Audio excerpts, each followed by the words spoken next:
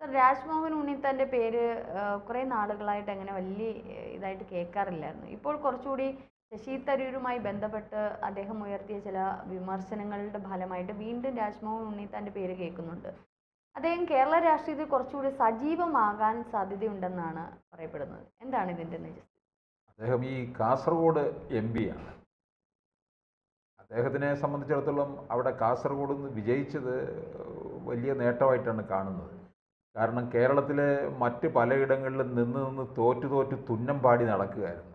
കുണ്ടറയിൽ നിന്ന് മത്സരിച്ചു, പിന്നീട് തലശ്ശേരിയിൽ നിന്ന് 2016 നമ്മുടെ കോടിയേരിക്കെതിരെ മത്സരിച്ചു. അങ്ങനെ തോറ്റ് രാജ്മോഹൻ ഉണ്ണിത്താനാണോ നിൽക്കുന്നത്? തോൽവി രാവിലെ 7 മണിക്ക് തന്നെ ഉറപ്പാണ്. ഇങ്ങനെയാണ്. പക്ഷെ കാസർഗോഡ് പോയി കഴിഞ്ഞപ്പോൾ 2019 അന്ന് ഈ ശബരിമല യുവതീ പ്രവേശ വിഷയത്തിന് ശേഷം നടക്കുന്ന തെരഞ്ഞെടുപ്പാണ്. പിന്നെ 2019 എന്തോ നമ്മുടെ പപ്പുമോൻ രാജ്യത്തിൻ്റെ പ്രധാനമന്ത്രി ആകും എന്ന് കേരളത്തിലുള്ള ജനങ്ങളൊക്കെ അങ്ങ് കരുതിപ്പോയി. ഈ കോൺഗ്രസ്സുകാരന്മാർക്ക് അങ്ങ് വോട്ട് കൊടുത്തു. അങ്ങനെ ഈ ഒരു ഇതിൽ അങ്ങ് കയറി വന്നതാണ് ഈ നമ്മുടെ രാജ്മോഹൻ ഉണ്ണിത്താനും അങ്ങ് ജയിച്ചു പോയി. 2024 ഈ തുടർ വിജയവും കിട്ടി. 1,00,000-ലധികം വോട്ടിൻ്റെ ഭൂരിപക്ഷവും ഉണ്ടായിരുന്നു. രാജ്മോഹൻ ഉണ്ണിത്താൻ തന്നെ ബോധം കെട്ടു വീണു ഇത്രയും ഭൂരിപക്ഷം വന്നതിൽ. അങ്ങനെ അങ്ങ് വിജയിച്ചങ്ങനെ കയറി നിൽക്കുകയാണ്. നമുക്കറിയാം, ഒരിടത്ത് മാത്രമേ ഉള്ളൂ CPM ജയിച്ചിട്ടുള്ളത്. അത് പിന്നെ ആലത്തൂര്, പിന്നെ ഒന്ന് തൃശ്ശൂർ, അത് BJP സുരേഷ് ഗോപി, ബാക്കിയൊക്കെ കോൺഗ്രസും ഒക്കെയാണ്. അപ്പോൾ എന്തായാലും രാജ്മോഹൻ ഉണ്ണിത്താൻ ഇപ്പോൾ നോക്കുന്നത് കാസർഗോഡ് പോയി വലിയ അങ്ങ് സ്റ്റിക്ക് ഓൺ ചെയ്ത് അങ്ങ് വലിയ സ്ഥാനമൊക്കെ നേടി. ഇപ്പോൾ അദ്ദേഹം ഈ തരൂരിനെ കുറേ നാളായിട്ട് വിമർശിച്ചുകൊണ്ടിരിക്കുകയാണ്. ഇദ്ദേഹവും ഈ മുരളീധരനുമാണ്. ഹൈക്കമാൻഡ് പറഞ്ഞിട്ടുണ്ട് ഇദ്ദേഹത്തെ പ്രകോപിപ്പിക്കരുത്, ഈ മോങ്ങാനിരിക്കുന്ന നായുടെ തലയിൽ തേങ്ങ വീണ എങ്ങനെ ഇരിക്കും എന്ന് പറഞ്ഞതുപോലെ തരൂരിൻ്റെ തലയിലോട്ട് എന്തെങ്കിലും വീഴാനിരിക്കുമ്പം അതിനിടയൊന്നും ഉണ്ടാക്കി കൊടുക്കരുതെന്ന്. പക്ഷെ ഒന്നും വീഴണ്ട, തരൂര് പറയാനുള്ളത് പറഞ്ഞുകൊണ്ടിരിക്കുകയാണ്. ഇതിനെല്ലാം മറുപടി കൊടുക്കാനും അങ്ങോട്ട് പോയി ഞോണ്ടാനും ഇരിക്കുന്നത് 2 പേരാണ്, മുരളീധരനും രാജ്മോഹനും. മുരളീധരന് വേറെ ആവശ്യമുണ്ട്, തരൂര് കോൺഗ്രസിൽ നിന്ന് ഇറങ്ങിപ്പോകണം, അല്ലെങ്കിൽ ഇറക്കി വിടണം. എന്നാലേ തിരുവനന്തപുരം പാർലമെൻറ്റ് മണ്ഡലത്തിൽ ഒഴിവ് വരുമ്പോൾ അത് ഒരു ബൈ ഇലക്ഷൻ വരണം. അപ്പോൾ മുരളീധരന് മത്സരിക്കണം. കാരണം മുരളീധരനെ ഇനി വേറെ നിയമസഭയിൽ കൊണ്ട് നിർത്തുന്നത് ചിലപ്പോൾ തോക്കുന്നിടത്ത് ചിലപ്പോൾ കൊണ്ട് നിർത്തിക്കളയും. വട്ടിയൂർക്കാവിൽ നിന്നാൽ ജയിക്കത്തില്ല, അവിടെ BJP കയറി പിടിച്ചിരിക്കുകയാണ്, അവർക്കാണ് സാധ്യത.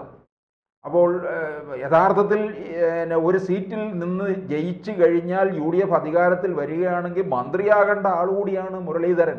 ആ മുരളീധരനെ ഒതുക്കാൻ വേണ്ടിയാണ് ഹൈക്കമാൻഡിൻ്റെ അടുക്കൽ രാഹുൽ ഗാന്ധിയുടെ ചെവിയും കടിച്ചു പറിച്ചിരിക്കുന്ന ആൾ ശ്രമിച്ചുകൊണ്ടിരിക്കുന്നത്, മുരളീധരനെ ചവിട്ടി താഴ്ത്താൻ.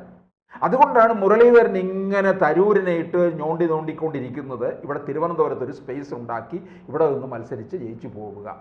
ഇനി രാജ്മോഹൻ ഉണ്ണിത്താൻ 2 തവണയായിട്ട് കാസർഗോഡ് പാർലമെൻറ്റ് മണ്ഡലത്തിൽ വളരെ സേഫാണ്. അദ്ദേഹം വിചാരിക്കുന്നത് 2026 നിയമസഭാ തെരഞ്ഞെടുപ്പിൽ കാസർഗോഡിൽ ഉള്ള ഏതെങ്കിലും ഒരു നിയമസഭാ മണ്ഡലത്തിൽ മത്സരിച്ച് കേരള രാഷ്ട്രീയത്തിലേക്ക് വന്നാൽ UDF അധികാരത്തിൽ വരികയാണെങ്കിൽ ഒരു മന്ത്രിയാകാമല്ലോ എന്നുള്ള ഒരു കണക്ക് കൂട്ടലിലും നിൽക്കുന്നുണ്ട്. ഇപ്പം MP ആയി പോയിട്ടുള്ള പലർക്ക് ഇങ്ങോട്ട് തിരിച്ചു വരാനാണ് മോഹം കേട്ടോ. ഇപ്പം അടൂർ പ്രകാശ് കോന്നിയിലെ MLA ആയിരുന്ന സമയത്താണ് പിടിച്ചുകൊണ്ടുപോയി ആറ്റിങ്ങൽ കൊണ്ടുപോയി മത്സരിപ്പിച്ചത്. 2019 ജയിച്ചു കയറി.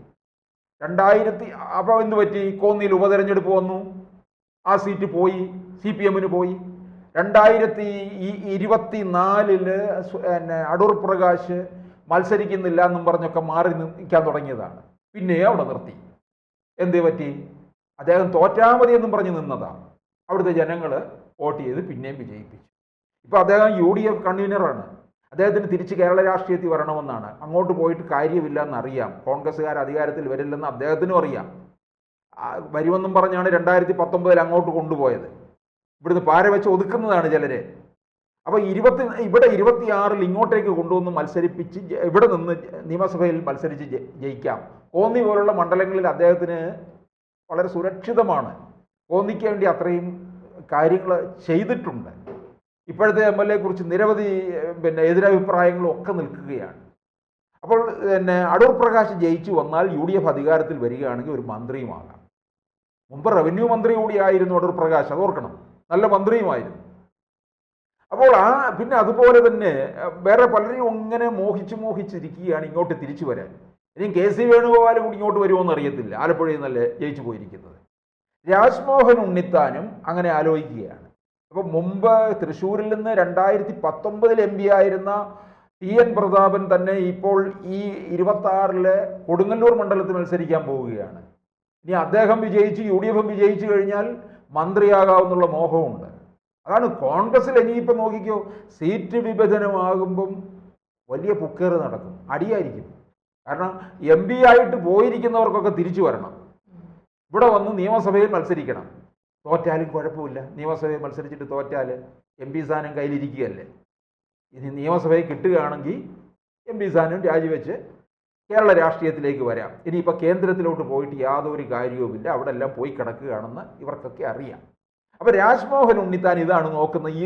ഇത് ഏതെങ്കിലും ഒരു നിയമസഭയിൽ മത്സരിച്ച് കാസർഗോഡ് പാർലമെൻറ്റ് മണ്ഡലത്തിൽ ജയിച്ച് ഇവിടെ വരുമ്പോൾ ഒരു മന്ത്രിയാകാം എന്നുള്ള ഒരു മുതിർന്ന നേതാവ് എന്നുള്ള രീതിയിൽ നിൽക്കുകയല്ലേ.